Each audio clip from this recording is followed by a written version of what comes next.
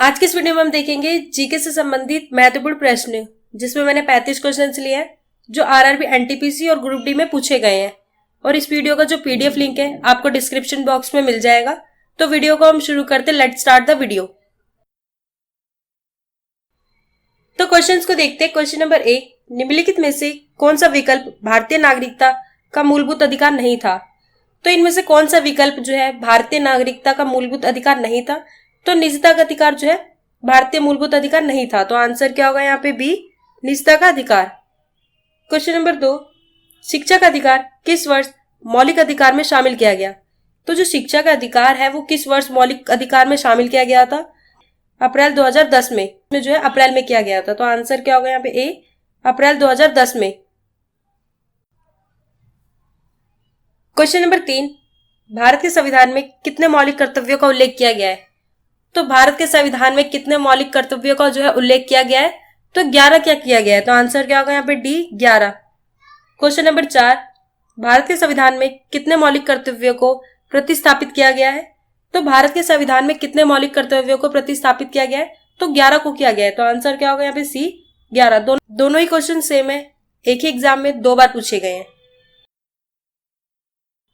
Question number 5, B R Ambedkar द्वारा भारतीय संविधान के किस भाग को संविधान की अनोखी विशेषता भी कहा जाता है?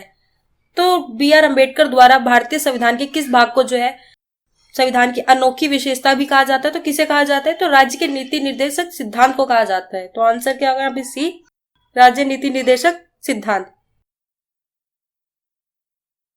क्वेश्चन नंबर 6, भारतीय संविधान का चौथा अध्याय किससे संबंधित है?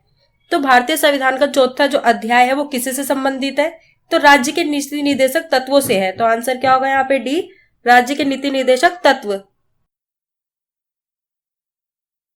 क्वेश्चन नंबर 7, निम्नलिखित में से किस पूर्व भारतीय राष्ट्रपति ने सबसे कम अवधि के लिए पदभार संभाला? तो इनमें से किस पूर्व भारतीय राष्ट्रपति ने कम अवधि के लिए जो है पदभार संभाला था? तो डॉक्टर जाकिर हुसैन ने संभाला था। तो आंसर क्या होगा यहाँ पे? A, doctor Zakir Hussain. Question number 8, Bharat के राष्ट्रपति द्वारा राज्यसभा में कितने सदस्यों को नामित किया जाता है? तो भारत के राष्ट्रपति द्वारा राज्यसभा में कितने सदस्यों को नामित किया जाता है? तो 12 सदस्यों को किया जाता है। तो आंसर क्या होगा यहाँ पे? ए, 12। क्वेश्चन नंबर 9, भारत का संवैधानिक प्रमुख कौन होता है? तो भारत का संवैधानिक प्रमुख जो है वो कौन होता है? तो राष्ट्रपति होते हैं। तो आंसर क्या होगा यहाँ पे? डी, राष्ट्रपति। क्वेश्चन नंबर 10, भारत देश के प्रमुख है। तो भारत देश के सबसे प्रमुख कौन है? तो राष्ट्रपति हैं। तो आंसर क्या होगा यहाँ पे? बी, राष्ट्रपति। क्वेश्चन नंबर 11, निर्वाचन मंडल जो भारत के राष्ट्रपति का चुनाव करता है उसका गठन कौन करता है? तो निर्वाचन मंडल जो राष्ट्रपति का चुनाव करते हैं उनका जो गठन है वो कौन करता है? तो संसद और राज्य विधानसभाओं के निर्वाचित सदस्य करते हैं। तो आंसर क्या होगा यहाँ पे? डी, संसद और राज्य विधानसभाओं के निर्वाचित सदस्य जो है निर्वाचन मंडल का गठन करते हैं। क्वेश्चन नंबर 12, भारत के 14वें राष्ट्रपति के रूप में शपथ लेने से पहले रामनाथ कोविंद कौन सा पदभार संभालते थे? तो भारत के 14वें राष्ट्रपति रामनाथ कोविंद कौन सा पदभार संभालते थे शपथ लेने से पहले? तो बिहार के राज्यपाल थे। तो आंसर क्या होगा यहाँ पे? बी, बिहार के राज्यपाल।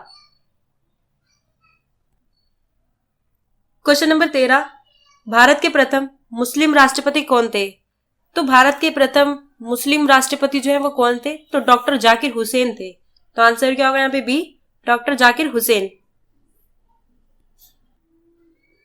क्वेश्चन नंबर 14, भारत के माननीय राष्ट्रपति रामनाथ कोविंद किस राज्य से संबंध रखते हैं? तो भारत के राष्ट्रपति रामनाथ कोविंद जो है वो किस राज्य से संबंध रखते हैं?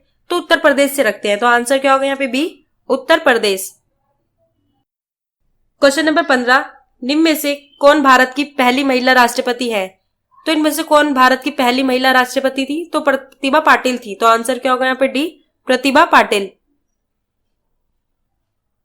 क्वेश्चन नंबर 16, भारत के राष्ट्रपति को पद की शपथ कौन दिलाता है? तो भारत के राष्ट्रपति को जो है शपथ कौन दिलाता है? तो भारत के मुख्य न्यायाधीश दिलाते हैं। तो आंसर क्या होगा यहाँ पे? ए, भारत के मुख्य न्यायाधीश। क्वेश्चन नंबर 17, रामनाथ कोविंद ने भारत के 14वें राष्ट्रपति बनने के लिए किसे पराजित किया? तो जो रामनाथ कोविंद है उन्होंने राष्ट्रपति बनने के लिए किसे पराजित किया था? तो मीरा कुमार को किया था। तो आंसर क्या होगा यहाँ पे? ए, मीरा कुमार।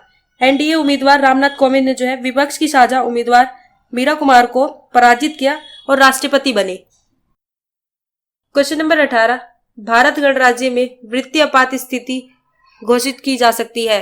तो भारत गणराज्य में वित्तीय आपात की स्थिति जो है घोषित की जा सकती है। तो किसके द्वारा घोषित की जा सकती है? तो राष्ट्रपति द्वारा की जा सकती है। तो आंसर क्या होगा यहाँ पे? ए, राष्ट्रपति।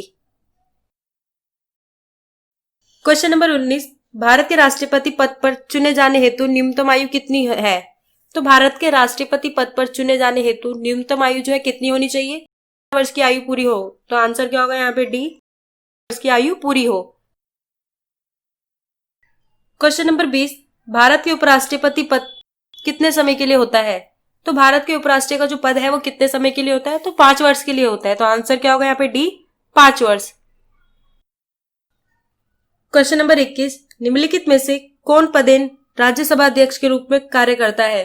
तो इनमें से कौन जो है पदेन राज्यसभा के अध्यक्ष के रूप में काम करता है? तो उपराष्ट्रपति करते हैं। तो आंसर क्या होगा यहाँ पे? ए, उपराष्ट्रपति। क्वेश्चन नंबर 22, भारतीय संविधान के अनुसार भारत के उपराष्ट्रपति का चुनाव जो है किसके द्वारा होता है? तो भारत के संविधान के अनुसार जो है उपराष्ट्रपति का जो चुनाव है वो संसद के दोनों सदनों के सदस्य द्वारा होता है। तो आंसर क्या होगा यहाँ पे? बी, के दोनों सदनों के सदस्यों द्वारा होता है। क्वेश्चन नंबर 23, राज्यसभा के पहले अध्यक्ष कौन थे? तो राज्यसभा के जो पहले अध्यक्ष थे वो कौन थे? तो डॉक्टर एस राधाकृष्णन थे। तो आंसर क्या होगा यहाँ पे? C, doctor S Radhakrishnan. Question number 24, Rajya Sabha की सदस्यता पाने के लिए न्यूनतम आयु क्या होनी चाहिए?